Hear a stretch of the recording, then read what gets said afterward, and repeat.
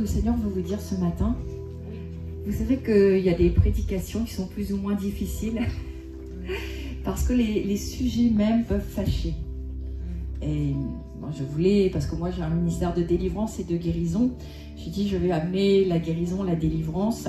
Et puis j'ai eu à cœur, parce que je crois que ça en fait partie, de prêcher sur quelque chose, parce que vous allez voir a priori, peut-être vous allez vous dire je ne prêche pas sur le péché. Ça, le péché, on n'aime pas trop.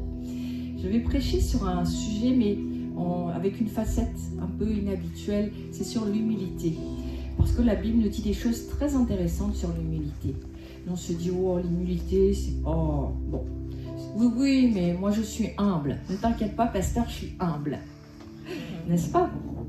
On se dit souvent nous-mêmes qu'on est humble. Ah non. Oh, bah, il y en a qui sont très honnêtes aujourd'hui. J'aime ça. Alors, il y en a qui se disent qu'ils sont dans l'orgueil. Non, ils ne vont pas lever la main en tout cas. En fait, l'important, c'est avec le Seigneur de progresser. Et si nous, on n'a pas d'objectif, on n'a pas envie de changer. Vous êtes comme ça, moi je suis comme ça. Moi, il faut qu'on me dise, voilà, écoute, si tu changes, si tu fais ça, ce sera plus intéressant quand même. Tu vas être plus béni ou tu vas peut-être faire des progrès plus facilement. Parce que moi, j'ai des objectifs dans ma vie. Et moi, je souhaite que vous ayez des objectifs. Il faut avoir des objectifs. Et avec le Seigneur, on doit aussi avoir des objectifs. Déjà, le premier objectif, c'est de le rencontrer, de le connaître mieux. Et puis peut-être d'être restauré, d'être guéri, d'être délivré. Ce sont des bons objectifs. Et puis d'avoir l'assurance du salut. C'est un bon objectif. Et puis, c'est un bon objectif que d'être béni aussi. Vraiment, je vous assure. Il faut désirer être béni. Il y a certains lieux où on vous dit, mais non, mais si tu es dans l'ombre, pauvre, malade, c'est bien aussi. Et moi, je vous dis que non. Je vous dis que non. Ça, ce n'est pas le Dieu de la Bible. Le Dieu de la Bible, c'est le Dieu qui prêche, qui parle de la guérison, de la délivrance et de votre bénédiction. Parce qu'on ignore souvent que Dieu veut que vous soyez heureux. Est-ce que vous savez que Dieu veut que vous soyez heureux sur cette terre? Heureuse. Oui, parce que Dieu est un Dieu de grâce, d'amour, et il veut que vous ayez de mieux en mieux. Donc vous êtes au bon endroit. En tout cas, moi, on m'aurait prêché un Dieu qui veut que je sois pauvre et malade, je crois que ça ne m'aurait pas intéressé. Non, ça ne m'aurait pas intéressé, parce que ce n'est pas un objectif de vie, de rester, de demeurer pauvre et malade. Et ceux qui prêchent en disant, si tu veux aller au ciel, il faut rester pauvre, non, c'est faux, c'est mensonger. Et je me suis intéressée à l'humilité parce que je pense que c'est intéressant, parce que Dieu dit des choses intéressantes à ce sujet-là. Et il va toujours associer l'humilité à la gloire. Et tout à l'heure, on a chanté qu'on voulait que la gloire de Dieu descende. Et elle ne descendra pas à moins que tu travailles dans ce terrain de l'humilité. On veut que la gloire de Dieu descende sur nous, sur notre famille. Mais la Bible associe l'humilité à la gloire. Et plus tu vas comprendre que les deux sont liés, plus tu vas pouvoir faire quelque chose. Parce qu'on se dit non, on est orgueilleux ou on est humble. Alors c'est faux. Peut-être on est orgueilleux parce que notre famille, voilà, parce que les parents sont un peu orgueilleux, parce que voilà. Bon. Mais il y a un travail à faire. Et je voudrais vous lire certains versets que je commenterai, mais je me fais fort de vous faire comprendre que vous avez tout intérêt à devenir humble. Le premier verset, c'est que je voudrais vous lire.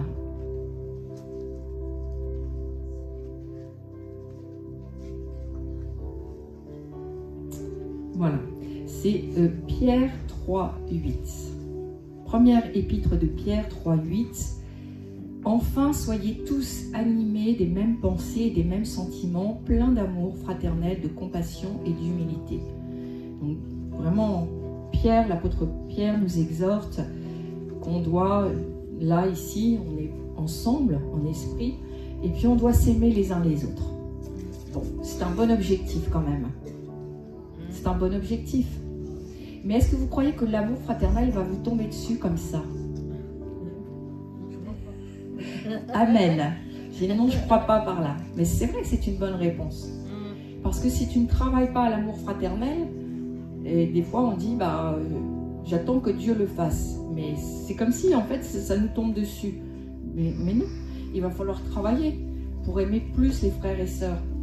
Et Jerry, plus il va aller parler à Yves, à Isabelle, à Marie-Laure, pour ne citer que, plus il va les aimer. Plus il va chercher des terrains d'entente, et plus l'amour fraternel, ça va nourrir son amour fraternel, et réciproquement. Mais si Jerry ne vient jamais vous voir, qu'il ne vous connaît pas, je doute fort que l'amour fraternel va grandir. Donc, tu as un objectif, c'est d'aller voir les frères et sœurs, et de parler avec eux, de les connaître cœur à cœur. Mon esprit en tout cas. Des fois, prier ensemble nous rapproche. C'est bien de pouvoir prier avec eux, parce qu'on sait que Dieu va faire des connexions en esprit. Et qu'après, il va remplir aussi, il va te remplir d'amour fraternel. La Bible nous parle de la compassion. Est-ce que ça va nous tomber dessus? Marguerite a dit non. C'est une bonne réponse. Même la compassion, ça ne va pas vous tomber dessus comme ça. Et plus tu vas t'intéresser aux problèmes des autres, plus tu vas prier pour les problèmes des autres, plus tu vas voir que la compassion va venir dans ta vie. Mais si tu ne pries jamais pour les autres, tu ne vas pas avoir de compassion. Moi, mon ministère, je dis souvent, avant d'être un ministère de délivrance, c'est un ministère de compassion. Parce qu'on passe beaucoup de temps à prier pour les gens. Et si je n'ai pas la compassion, je reste chez moi. Parce que des fois, c'est des heures entières où je suis, croyez-moi, bien fatiguée et où je dois retrouver des ressources de compassion en moi. Je dis, j'entends les problèmes des gens et voilà, je dis là, je suis zélée pour continuer à prier. Et quand je suis en colère contre le diable, quand je vois tout ce qu'il a volé, tout ce qu'il a fait aussi aux gens, et donc c'est ma responsabilité de développer des entrailles de compassion. Mais Dieu ne le fera pas pour toi. Et dans l'épître de Pierre, il est également question d'humilité. Et nous disons, l'humilité, je ne peux pas faire grand-chose. Je suis ou je ne suis pas. Et je crois que le troisième terme, on doit y travailler. Mais il y a beaucoup de fausse humilité parmi le peuple de Dieu.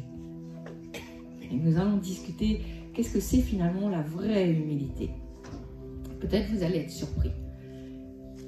Et la Bible nous parle encore de l'humilité. Elle dit, donc toujours dans 1 Pierre 5,6, « Humiliez-vous donc sous la puissante main de Dieu, afin qu'il vous élève au temps convenable. » Donc tu peux dire oui ou non. Si Dieu a choisi de t'humilier, mais ça n'arrivera pas. Mais ça peut arriver. S'il choisit de t'humilier, tu as le choix de vouloir ou de ne pas vouloir. Mais en tout cas, c'est toi qui vas te soumettre et t'humilier. Il y a des circonstances qui nous humilient aussi.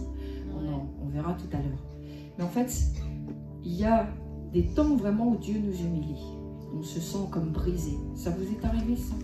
On se sent brisé par la maladie, par les épreuves, etc. Mais c'est bon, Dieu il nous dit que c'est bon. L'humiliation n'est pas toujours diabolique. Et il y a une humiliation qui te conduit à la gloire, qui va t'élever après. Et enfin, 1 Pierre 5,6, « Humiliez-vous donc sous la puissante main de Dieu. » Je l'ai déjà lu, je crois, celui-là. Donc, c'est pas celui-là que je voulais vous lire.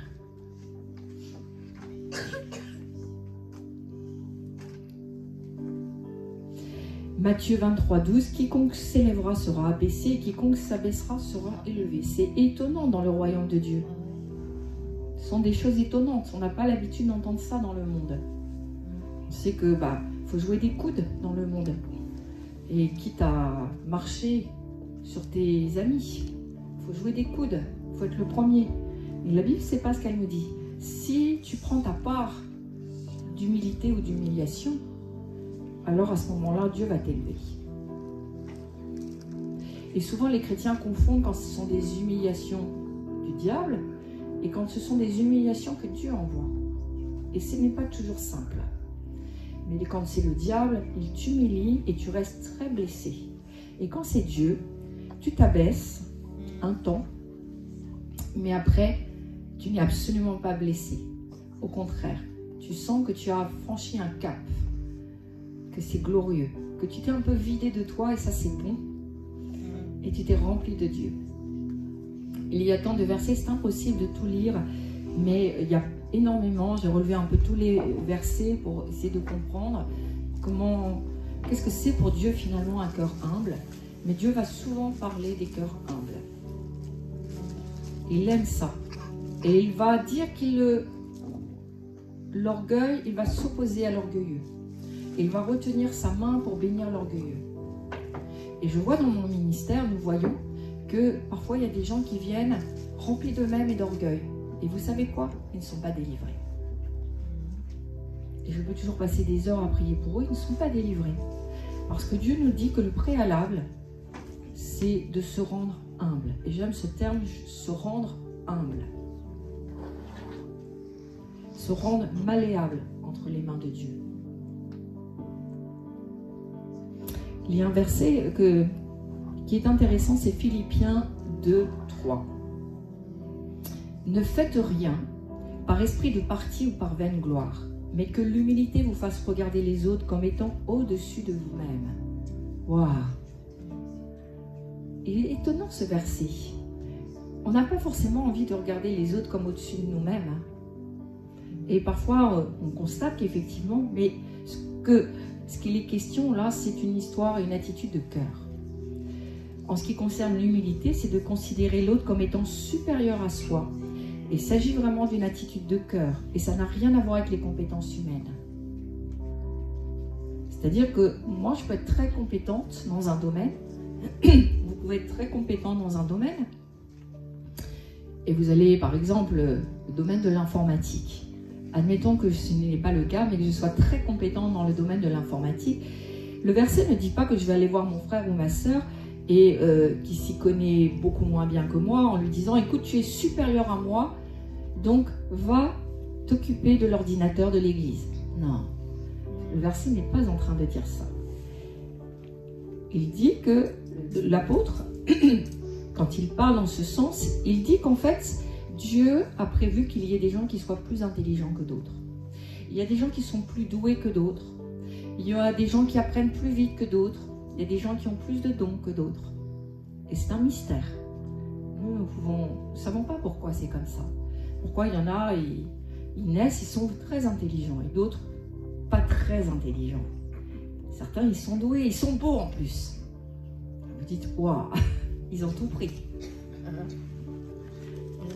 Et ce qu'il est question, c'est que, en fait, c'est pas parce que tu as été doté de capacités exceptionnelles que tu peux assujettir les autres, que tu peux te sentir supérieur. Parce que c'est un état de cœur. On doit se considérer, et ce verset dit ça, égaux dans l'amour de Dieu. Dans l'amour que Dieu nous porte, on doit se considérer égaux.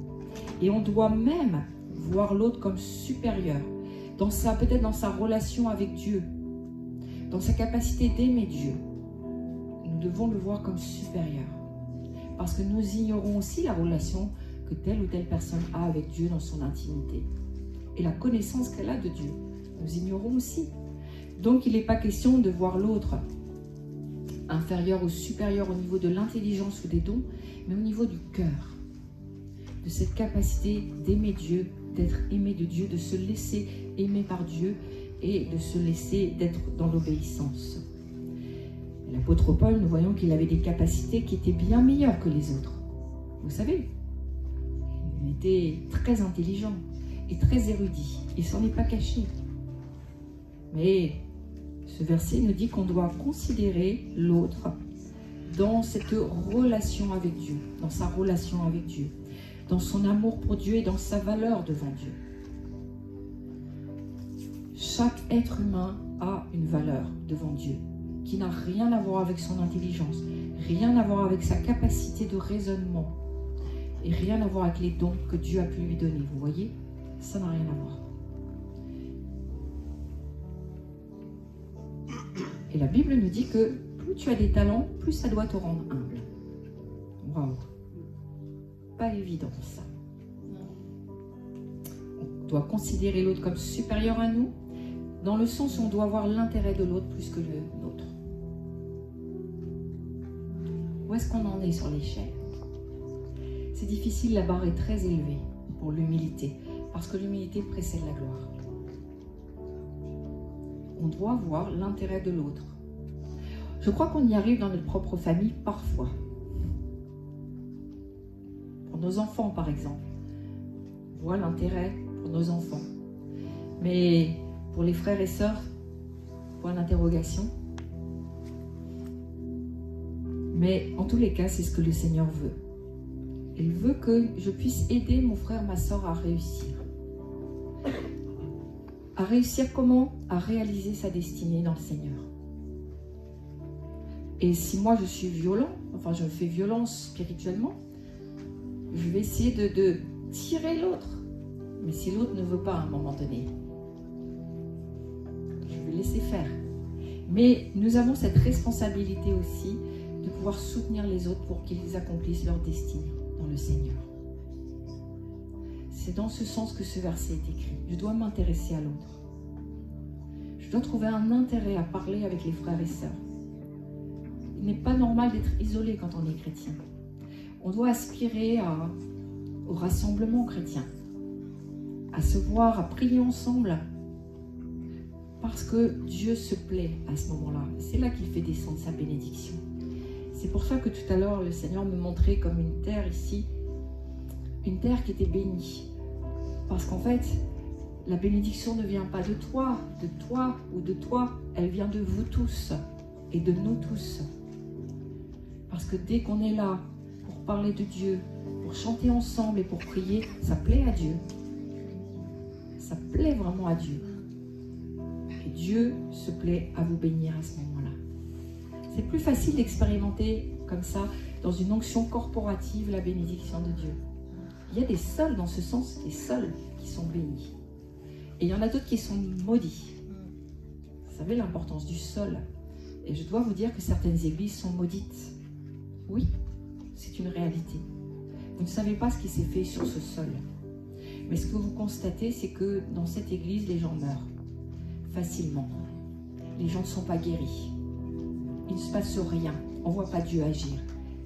Sortez, c'est un sol qui est maudit. Parce que dès l'instant où on est dans la communion fraternelle, dès l'instant où on est ensemble, on doit voir la guérison.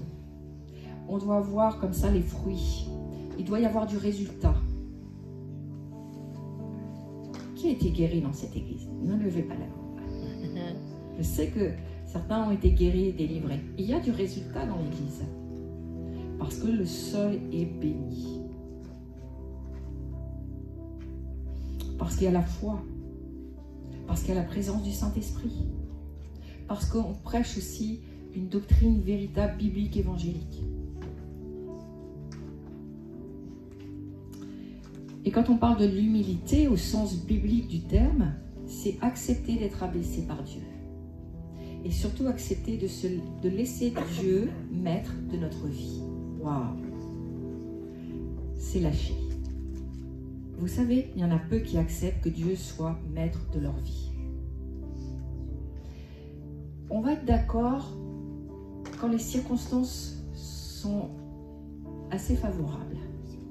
Mais le jour où Dieu commence à te donner des interdits, te dire non, je ne te permets pas d'aller à cet endroit-là, je ne te permets pas de prendre ce travail-là, je ne te permets pas de prendre cette promotion-là, je ne te permets pas de prendre cet argent-là. Est-ce que Dieu va être maître de notre vie? C'est notre niveau d'humilité. Il y a des choses auxquelles Dieu ne veut pas qu'on touche. Lui, il sait pourquoi, nous pas toujours. Il y a des fréquentations, Dieu ne veut pas que tu les aies. Et il va te dire stop.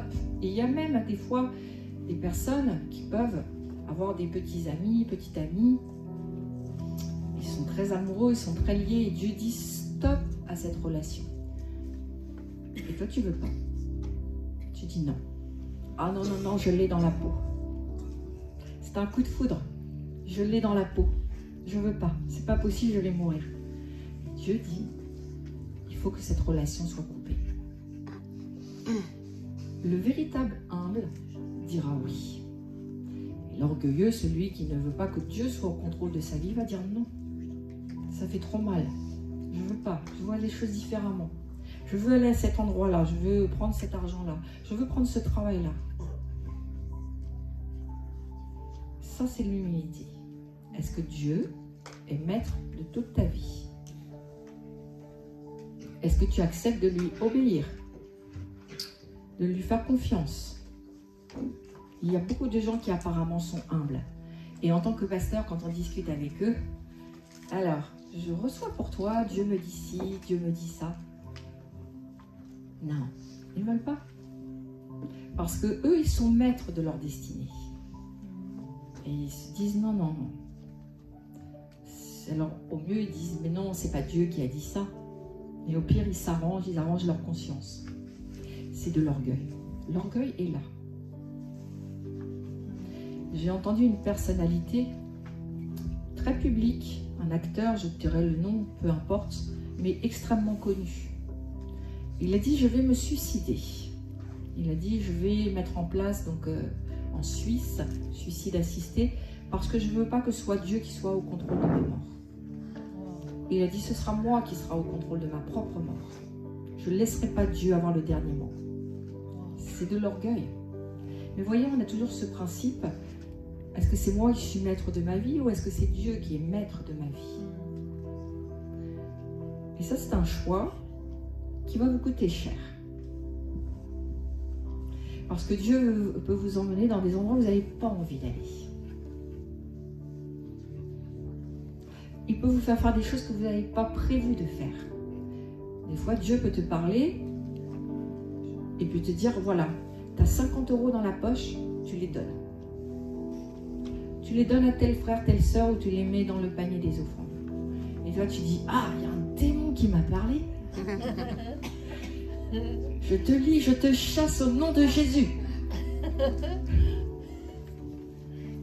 Parce que tu n'as pas laissé Dieu maître de ton avenir. Sinon, tu n'aurais pas de crainte avec l'argent. Dieu nous pousse à être généreux. Dieu nous pousse à voir l'autre, à considérer les intérêts de l'autre au-dessus des nôtres. Et si je veux considérer l'Église plus importante que mon portefeuille, je vais être généreux. Je sais que Dieu va bien utiliser. Le pasteur Louis va bien utiliser l'argent.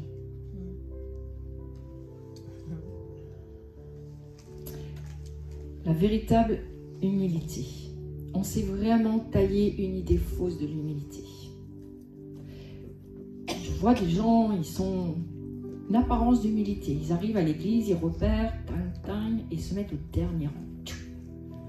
Parce que la Bible dit que si tu es au dernier rang, c'est mieux parce qu'on peut te faire monter. Mais c'est de la fausse humilité, parce que si vous ne leur proposez pas de monter, ils font la tête. Ils n'entendent rien du message. C'est de la fausse humilité. Et tu attends que le pasteur te remarque, qu'il vienne te dire bonjour. Et si malheureusement il ne t'a pas vu, il n'a pas eu le temps de te dire bonjour, tu fais la tête. Orgueil. C'est de l'orgueil. Romains 12, 3. Je dis à chacun de vous de n'avoir pas de lui-même une trop haute opinion, mais de revêtir des sentiments modestes, selon la mesure de foi que Dieu a départie à chacun. Alors c'est un texte qu'on a beaucoup discuté. Et des fois, dans les milieux religieux, on dit frère, sœur. Bon, ils parlent un peu comme ça. Oh, mais reste modeste. Fais des petites prières. Ne demande pas trop. C'est pas ce qui est écrit. Le texte nous dit qu'on peut avoir une haute opinion, mais pas une trop haute opinion. C'est différent. Tu peux te considérer, mais pas avoir une trop haute opinion, ce qui est différent. Et effectivement, si j'excelle dans un domaine, j'ai le droit d'avoir une haute opinion de moi, nous dit la parole. Je peux, une juste opinion, je sais que je suis compétent dans ce domaine. Et si vous le dites, des fois on dit orgueilleux. Mais non, je sais que je suis compétent. Je ne vais pas minimiser mon talent et minimiser le don que j'ai et la compétence. Et en plus, si c'est Dieu qui vous a donné d'être excellent, vous rendez gloire à Dieu. Des fois, on peut dire, je suis devenu quelqu'un de bien. J'ai déjà entendu Marie-Laure dire, j'aime la personne que je suis devenue avec le Seigneur. Et certains diront, tu es une orgueilleuse. Non, parce qu'elle a une juste opinion d'elle. Elle sait la transformation que Dieu a faite en elle. Et elle honore Dieu en disant ça. Elle sait qui elle était avant et ce qu'elle est devenue avec le Seigneur. quelqu'un de bien. Et ça, c'est de la vraie humilité. Car quiconque s'élève sera abaissé. Luc 18, 14. Donc on ne doit pas se dénigrer soi-même. C'est vraiment de l'hypocrisie, ça. Religieuse en plus. On doit savoir profondément qui on est en Christ et la vraie valeur qu'on a. Mais on doit aussi savoir que sans Dieu, on n'est rien.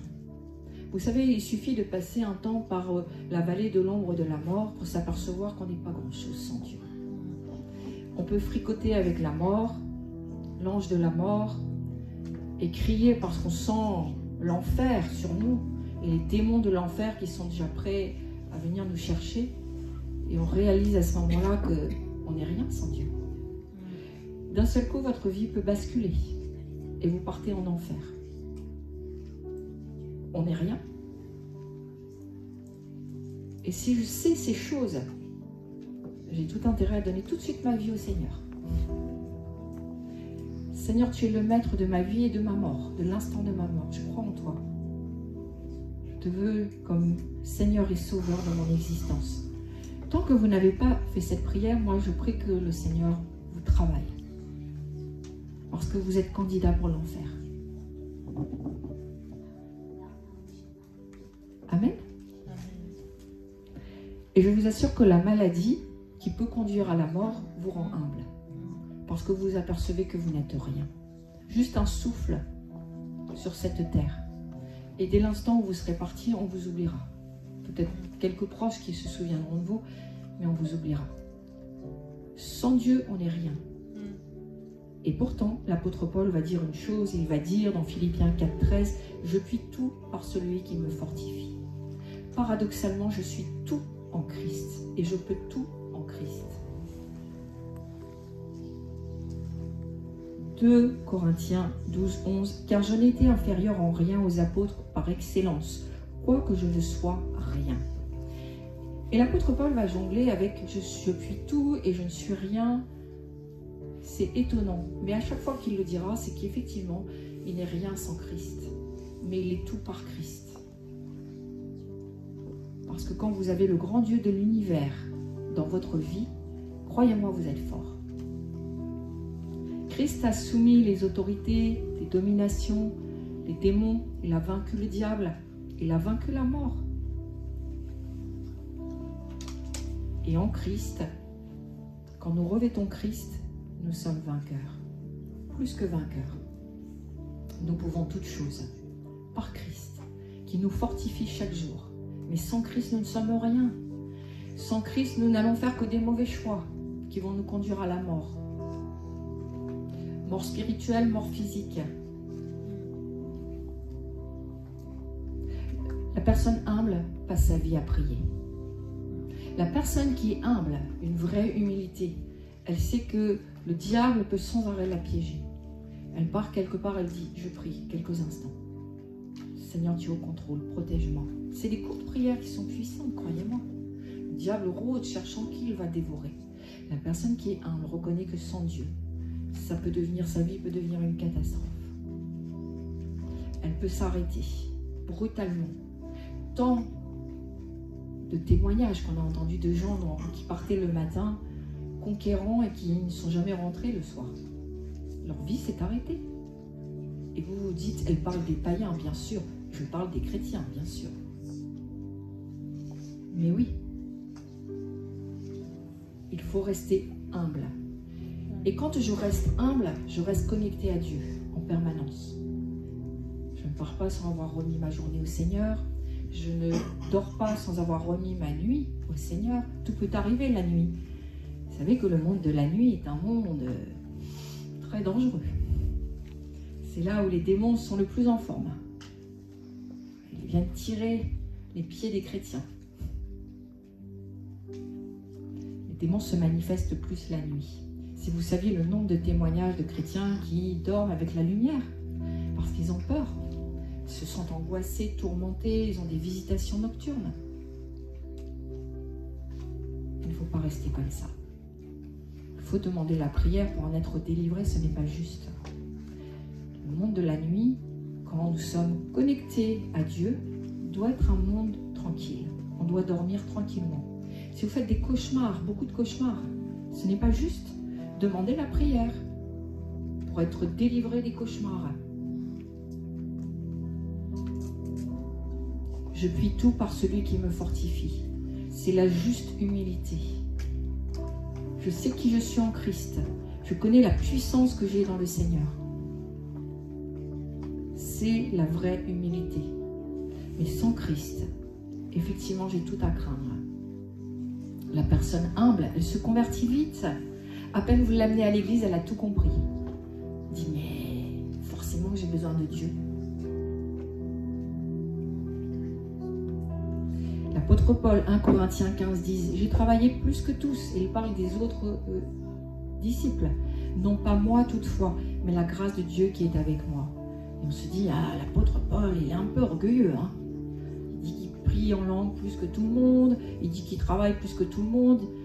Mais il est inspecteur ou quoi, là? Comment il peut dire? Mais il rajoutera, c'est pas moi, c'est la grâce de Dieu en moi. Parce que l'apôtre Paul laissait la grâce de Dieu agir en lui. J'espère que vous priez en langue dans la journée. Priez en langue. Parce que quand vous priez en langue, c'est la grâce de Dieu qui agit en vous. On vous expliquera qu'est-ce que c'est de prier en langue. C'est laisser le Saint-Esprit prier au travers de vous. Et vous, vous êtes dans le repos. Et vous êtes dans la voiture, vous priez en langue. Alors des fois, vous priez, vous criez en langue parce que voilà, vous êtes énervé. Il faut prier en langue. Vous faites la cuisine, vous pouvez prier en langue. Parce que la Bible nous dit que, en fait, l'intelligence est au repos quand on prie en langue. Donc on peut faire deux activités. Ça, c'est merveilleux, c'est prévu. Je trouve que c'est la grâce. Moi, ça m'arrange bien. Donc je fais quelque chose d'un côté avec mon intelligence et de l'autre, je prie en langue.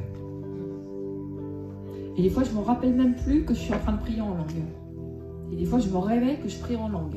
Ça me réveille.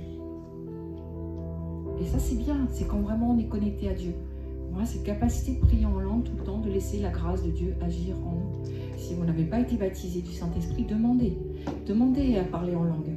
Parce qu'à chaque fois qu'on parle en langue, on se fortifie. On fortifie notre esprit. Et c'est puissant. Et la grâce de Dieu est en train d'agir en moi. Et des fois, vous avez des idées surprenantes. Vous dites, oh, j'aurais pas pensé à ça. Et puis quand vous vous dites, ah, mais j'étais en train de prier en langue. C'est une pensée du Saint-Esprit, ça. Le Saint-Esprit va aussi vous donner des pensées différentes quand vous priez en langue. Des pensées qui sont justes, qui sont pures, qui sont raisonnables et pleines de sagesse. Vous vouliez à tel endroit, hein, vous vous préparez le matin, salle de bain, vous priez en langue, vous dites, non, je ne vais plus y aller là, j'ai plus envie. C'est la grâce de Dieu qui agit en vous. Il ne fallait pas y aller. Pour telle ou telle raison, on ignore, mais Dieu déprogramme notre programme. Il y a des fois où on évite des accidents, on évite des problèmes. Ça, c'est dans le parler en langue, que ça se déprogramme. Est-ce que ça vous est déjà arrivé? On fait le petit programme le matin et on prie en langue, et il y a des trucs comme ça qui se déprogramment. Je dis gloire à Dieu, c'est la grâce qui agit en moi. Alors j'espère vous avoir convaincu de la vraie humilité. Si vous voulez voir la gloire de Dieu dans votre vie, essayez de travailler sur l'humilité. Et je vais vous dire comment faire. Concrètement, moi j'aime bien être concrète. Je sais que vous allez y travailler là, je le sens bien. Et la sœur là aussi. Et les autres aussi. Le peuple que Dieu a aimé, c'est le peuple d'Israël. Et pourtant, vous pouvez lui dire, wow, avec tous les malheurs qu'ils ont eu, Israël, il ne vaut mieux pas être aimé par Dieu en fait. Le peuple d'Israël, c'est le peuple que Dieu a voulu, c'est le peuple que Dieu a choisi. Et nous devons regarder un peu Israël pour voir comment Dieu fait. C'est pour ça que l'humanité entière a souvent les yeux tournés vers Israël. C'est un peu le baromètre, thermomètre, baromètre plutôt. Et au cours de son histoire, le peuple d'Israël a appris l'humilité parce que Dieu veut apprendre. Donc Israël, aujourd'hui, nous les chrétiens. Et Israël, sans arrêt, a dû apprendre l'humilité en faisant l'expérience de la toute-puissance de Dieu. Chaque fois, elle a vu Dieu agir des choses incroyables. Ils ont des choses à raconter, le peuple d'Israël. Ils ont été notamment libérés de la servitude de l'Égypte. Et nous avons été libérés de la main du diable. Et nous avons été brisés et humiliés de la mauvaise manière par le diable, n'est-ce pas? Ça nous a laissé des bleus à l'âme. Et les poches vides souvent. Et la maladie, etc. Et il s'est choisi un peuple, non pas parce que le peuple d'Israël est supérieur, absolument pas. Ce sont des gens très intelligents, ceci dit, les Juifs sont très intelligents. Ils ont été dotés de quelque chose dans l'intelligence humaine, c'est vrai. Pas forcément dans la sagesse selon Dieu, mais dans l'intelligence humaine. Ils réussissent bien dans le business, etc. Forcé de constater.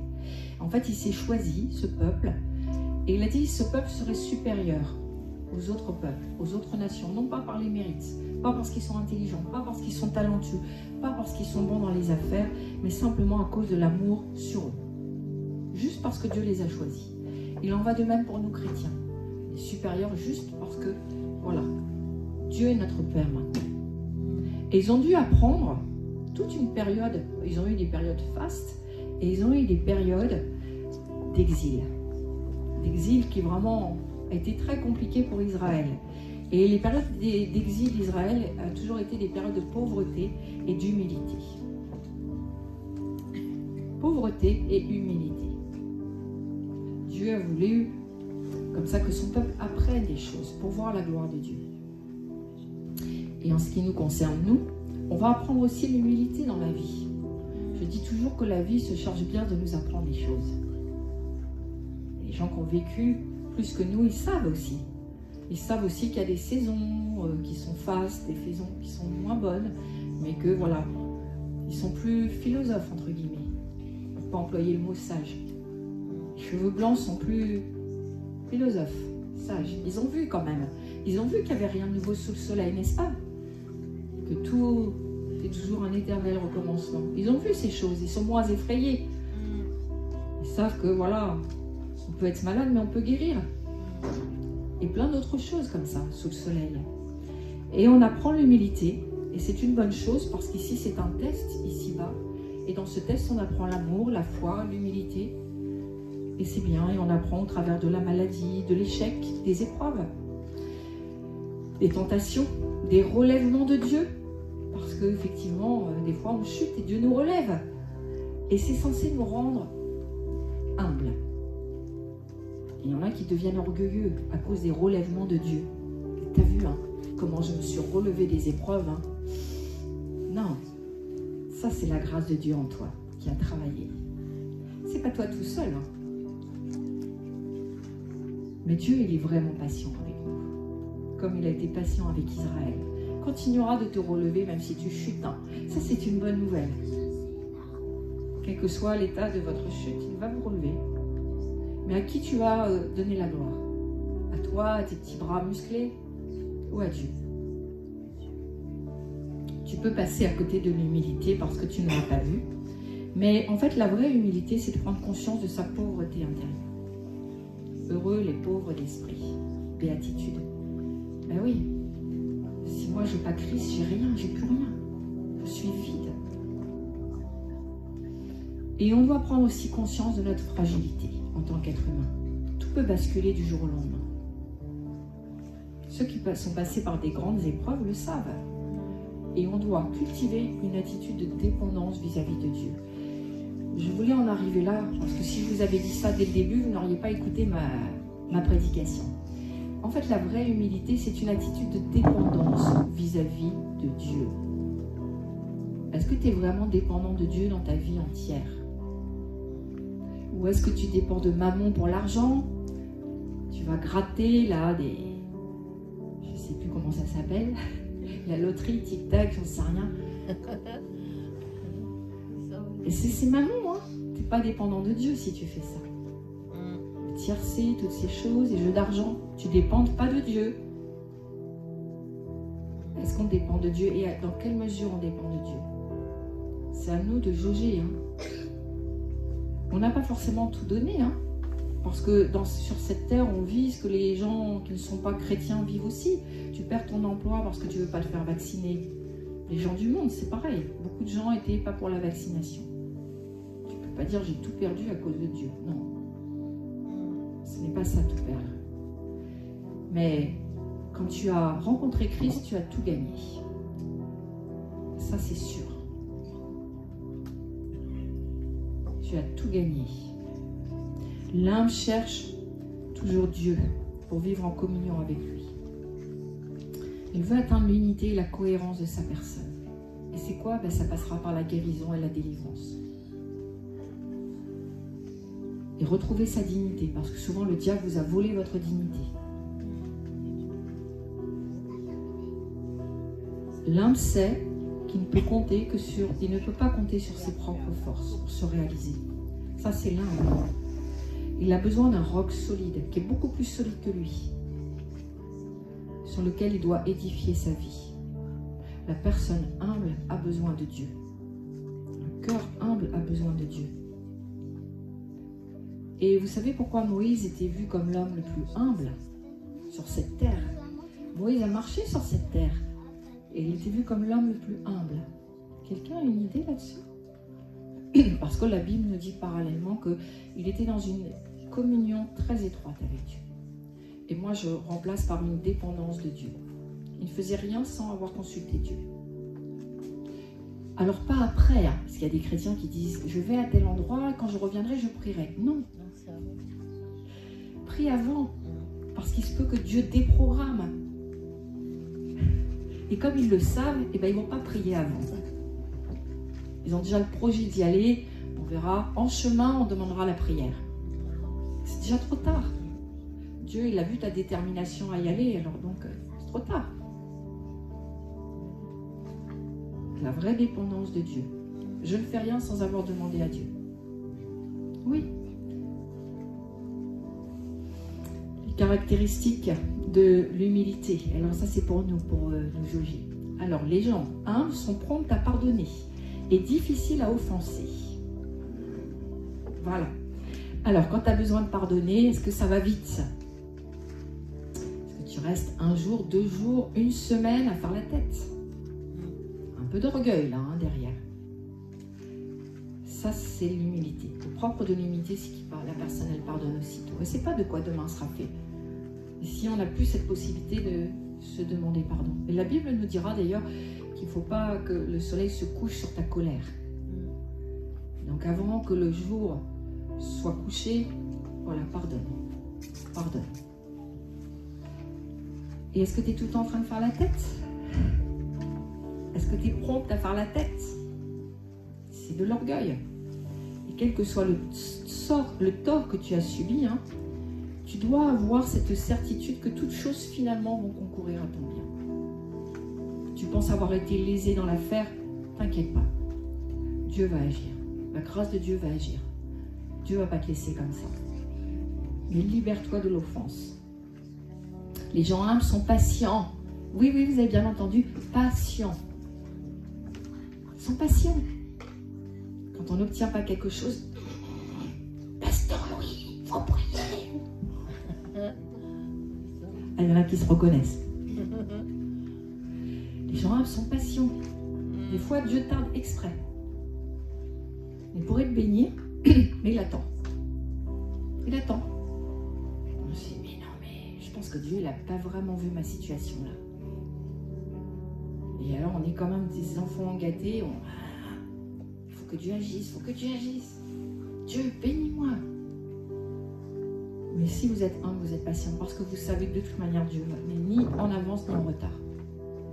Oui, Dieu n'est jamais ni en avance ni en retard. Mais généralement, c'est très insécurisant. Il attend the last minute. Jésus dans la barque, hein, la tempête, ils allaient se noyer là. Et ils dormaient. Waouh. Imaginez si vous aviez été là. Patience. Et finalement, ça se termine bien. De toute manière, vous avez vu dans les évangiles, ça se termine toujours bien. Pourtant, Dieu intervient tard, sur le tard. Et on sait que de toute manière, c'est la grâce de Dieu. On peut compter que sur la grâce de Dieu. Alors, les gens orgueilleux veulent faire des raccourcis. Ils veulent des raccourcis. Ils veulent toujours des raccourcis avec Dieu. Je n'ai pas le temps de prier, prie pour moi. C'est un raccourci. Dieu t'attend toi sur tes genoux. Hein. Pas le frère ou la sœur. Pas le père ou la mère. Toi sur les genoux. Prends le temps de prier pour toi. Tu ne sais pas si les autres vont y penser d'abord. Et les raccourcis. Les gens, ils veulent le micro. Ils veulent venir arracher le micro qu'ils n'ont jamais balayé la salle. C'est pas possible, c'est un raccourci. Tu vas passer du temps à nettoyer la salle, à servir le pasteur, à porter sa mallette. Peut-être que Dieu va t'élever. Mais toi, il faut que tu t'humilies avant. Il y a une bénédiction dans la mallette du pasteur là. Porter la mallette, aider l'homme de Dieu, c'est une bénédiction. Mais non, mais les gens ne veulent pas. Non, mais tu me prends pour qui? Mais moi, j'ai un appel, hein. Oula. Il faut servir dans l'ombre avant. Pas de raccourci. Pas de raccourci. Dieu ne permettra jamais qu'on te voit en première ligne si on ne t'a pas vu dans le fond. Et tu ne sais pas le nombre d'années que ça durera. On a tous des témoignages avant d'être prédicateur, pasteur. On a tous servi dans l'ombre. Personne ne nous voyait. L'aspirateur, etc. Bon, il n'y a rien de mal à faire le ménage hein, dans l'église. On servait à des tâches qui ne paraissaient pas spirituelles. Mais tout est du spirituel. Et Dieu te voit quand tu fais ça. Et à un moment donné, au moment où Dieu le voudra, il va t'élever. Mais c'est au moment où Dieu veut. Mais ne prends pas des raccourcis. N'essaye pas d'arracher un travail qui n'est pas pour toi. Parce que pour le moment, Dieu t'appelle dans l'ombre. Il veut travailler ton caractère. Le faire aiguise le fer. Les gens humbles, vous savez, ils aiment la paix. Ils n'aiment pas les histoires. Vraiment, je vous le dis, les gens qui sont humbles, ils aiment, ce sont des ambassadeurs de paix. Ils ne veulent pas les histoires. Ils veulent absolument maintenir la paix dans leurs relations. Et ils résistent à, je dirais, à la pression, au désir d'avoir toujours raison, de vouloir toujours avoir le dernier mot. Non, ils n'en sont plus là. Les gens humbles, ils acceptent d'avoir tort même quand ils ont raison. Amen. Oui, parce qu'ils ont bien compris que c'est un combat inutile en fait. Les gens humbles, ils vivent pour servir. Alors là, c'est deux groupes d'individus. Et nous, les pasteurs, on les voit quand on fait des agapes. Je vais tout dire aujourd'hui. On voit ceux qui vivent pour être servis et ceux qui vivent pour servir. C'est un peu toujours les mêmes qui sont debout en fait. Vous voyez ce que je veux dire? Et quand les gens ils sont humbles, ils vivent pour servir. Parce qu'ils ont compris aussi et ils sont heureux de servir. Ils ont la joie pour servir les autres. Ils ne veulent pas toujours qu'on les serve en fait. Si quelqu'un veut être le premier, il sera le dernier de tous et le serviteur de tous.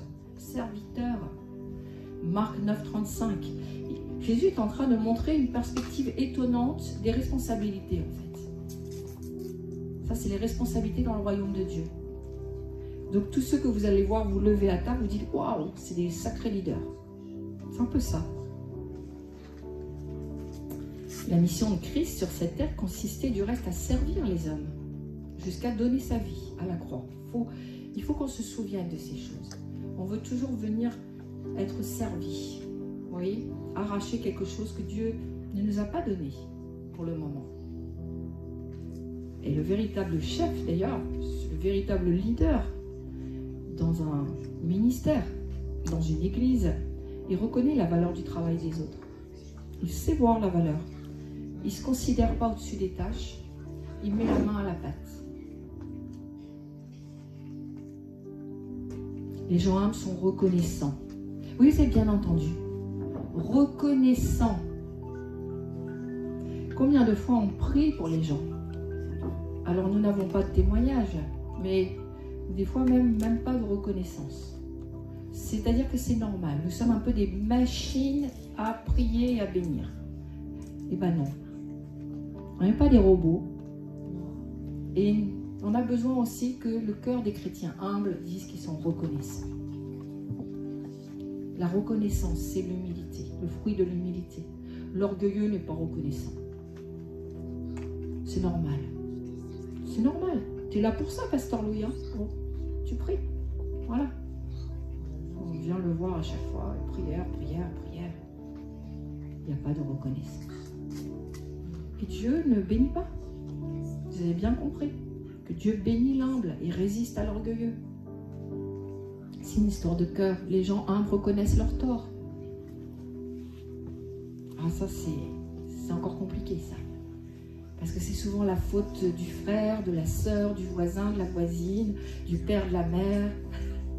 Et c'est jamais nous. Orgueil. Les humbles reconnaissent. Ils reconnaissent ce qu'ils ont mal fait, ils reconnaissent aussi ce qu'ils ont bien fait. Ils reconnaissent quand c'est la faute des autres ou leur faute à eux. Les gens humbles admettent leur faiblesse. C'est pas la peine de crier sur les toits, mais ok, j'ai mal fait pour cette fois-ci, je me suis trompée. Je suis pas bon dans ce domaine. Pardon. Je vais faire mieux la prochaine fois. Vous arrivez à dire des choses comme ça, vous? Moi, personnellement, j'ai mis du temps. Parce qu'on se justifie. On veut toujours se justifier. Non, mais c'est pas de ma faute. J'ai pas été aidée, on m'a mis des pots de banane. Non, tais-toi. On ne veut pas de justification. Reconnais juste que tu n'as pas été bon. Puis c'est tout. Tu feras mieux la prochaine fois. Les gens humbles, ça c'est de l'humilité. Le reste c'est de l'orgueil. Et les gens humbles acceptent la correction. La correction de Dieu, mais aussi la correction des hommes. J'ai vu les religieux dire, mais moi je veux bien que Dieu me corrige.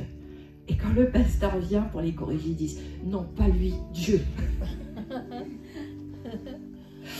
Ah oui, mais Dieu ne va pas descendre de son trône. Hein.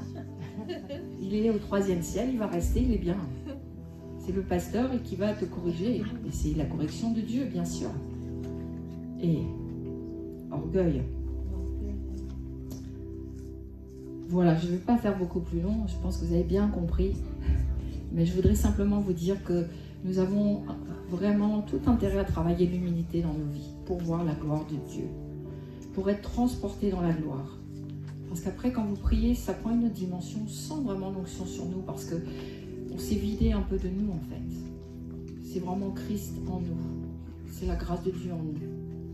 Et ça, c'est bon. On sent qu'on n'est plus comme avant, quand même. Hein. On sait qu'on est quelqu'un de mieux, de meilleur. Et on se rend plus dépendant, complètement dépendant, pour qu'il nous élève. Parce que la gloire de Dieu, c'est quoi? C'est la puissance de Dieu. Tu ne verras pas la puissance de Dieu si tu n'étais pas humilié sous la main puissante de Dieu. Ce n'est pas possible. Et Dieu va en faire exprès, il va te dire d'aller à des endroits où tu n'as pas envie d'aller. J'ai réservé mon petit samedi pour faire ça en famille. Et tu entends la voix du Saint-Esprit, non, non, je t'appelle, tu dois aller prier, tu dois aller évangéliser, tu dois... Ah, hors de moi, loin de moi, Satan. La famille, c'est important. C'était bien le Saint-Esprit que tu avais entendu. Dépendant du Saint-Esprit. Tu vas pas là où tu veux, tu fais pas ce que tu veux. Tu vois pas qui tu veux. Des fois, le Saint-Esprit peut te dire, invite un tel. Oh, t'as pas envie. Ah bah, crois que c'est vraiment le Saint-Esprit. C'est pas un démon qui t'a parlé. Il va en faire exprès, Dieu. Il va vraiment te donner des objectifs que tu n'as pas envie de réaliser. C'est comme ça qu'on dit que les gens à la prédication sont souvent des timides. Ah, ils disent le micro, non. Hein. Surtout pas le micro. Et là, on sait que c'est vraiment l'appel. Et ça sera la grâce de Dieu qui travaillera. Parce que c'est contraire vraiment à ce qu'ils sont et à ce qu'ils veulent faire. Dieu veut nous élever. C'est le désir de Dieu. Le problème, c'est que nous ne voulons pas nous humilier sous la main puissante de Dieu. Écoutez quand le pasteur il vous donne un conseil. Sinon, c'est que vous êtes dans l'orgueil. Alors vous dites, mais moi, je peux recevoir en direct de Dieu. Oui, tu peux recevoir. Mais alors, il n'y a pas besoin de pasteur. À quoi il sert le pasteur? Le pasteur, il a plus de temps que vous pour prier. Il a plus de temps que vous pour se consacrer. Normalement, il se détache quand même des choses du monde s'il est à plein temps, donc il a du temps pour recevoir aussi, pour prier pour vous. C'est de l'orgueil de dire « j'ai pas besoin du conseil du pasteur ». Non. Il faut être humble et dire « j'ai rien reçu pour cette direction, toi. Prie pour moi si tu peux recevoir quelque chose ». Et c'est dire « et si tu reçois, je vais m'y conformer hein. ». Parce que si le pasteur te dit « ne fais pas ça » et que derrière tu le fais, c'est de l'orgueil. Et tu vas avoir des problèmes. Parce que le diable va t'humilier derrière. L'orgueil nous pousse non pas à nous surestimer, mais alors ni à nous surestimer, ni à sous-estimer les autres, vraiment. Et l'orgueil nous offre je dirais, une vision déformée de la vérité. Mais nous, avec l'humilité, nous devons avoir une vision juste de qui nous sommes et de qui est l'autre. Et ne pas toujours voir la paille dans l'œil de son prochain. Il y en a, ils ont toujours des pensées critiques à l'égard des autres. C'est pas juste, c'est de l'orgueil. Ça te met dans une mauvaise posture vis-à-vis de Dieu, d'être critique à l'égard des autres.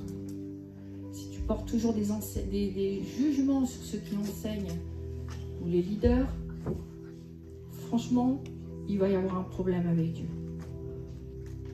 Il va y avoir un problème. Parce que vous critiquez la personne que Dieu a placée en autorité.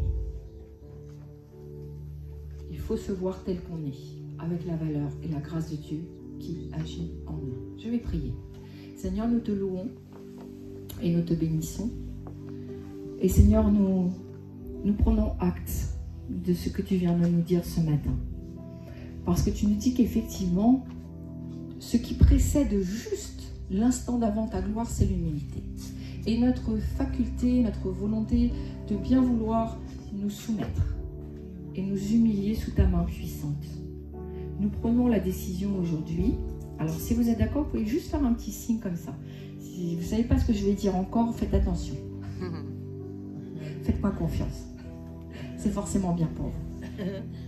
Voilà, faites juste un petit signe. Seigneur, nous prenons la décision de travailler notre humilité, de travailler notre faculté de nous soumettre les uns aux autres dans un juste respect.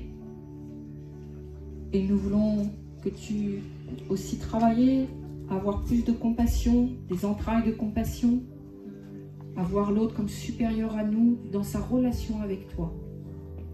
Nous voulons vraiment, Seigneur, que notre cœur change. Nous voulons que l'intérêt que nous nous portons à nous-mêmes soit moins fort et l'intérêt que nous portons aux autres grandisse. Seigneur, nous savons que c'est le chemin vers la gloire. C'est le chemin vers l'élévation qui est nécessaire. Aucune personne n'a pu obtenir la gloire sans passer par le chemin de l'humilité avant. Nous voulons vraiment nous rappeler de ce message et quand les circonstances vont venir, nous choisirons le chemin de l'humilité, le chemin de la soumission et de la dépendance à Dieu. Parle-nous, Seigneur. Nous obéirons. Vous pouvez le dire avec moi? Parle-nous, Seigneur. Nous obéirons. Au nom de Jésus-Christ. Amen. Voilà. Donc Dieu va vous parler. Il faudra obéir. Ça va se faire, vous allez voir. De façon d'où notre Dieu va vous parler. Et derrière, il faudra obéir. Et vous allez enclencher le chemin de l'humilité. Que Dieu soit béni. Et je me réjouis vraiment d'avoir partagé cela. Je me suis laissée conduire par le Saint-Esprit. Si j'ai pu vous faire un peu rire, eh ben, tant mieux. Voilà, il faut le faire dans aussi être décontracté avec des sujets comme ça. Et voilà, que la grâce de Dieu agisse, agisse et agisse encore. Rappelez-vous que le parler en langue est important. Et s'il faut prier pour vous, nous le ferons pour que vous soyez baptisés du Saint-Esprit. Amen.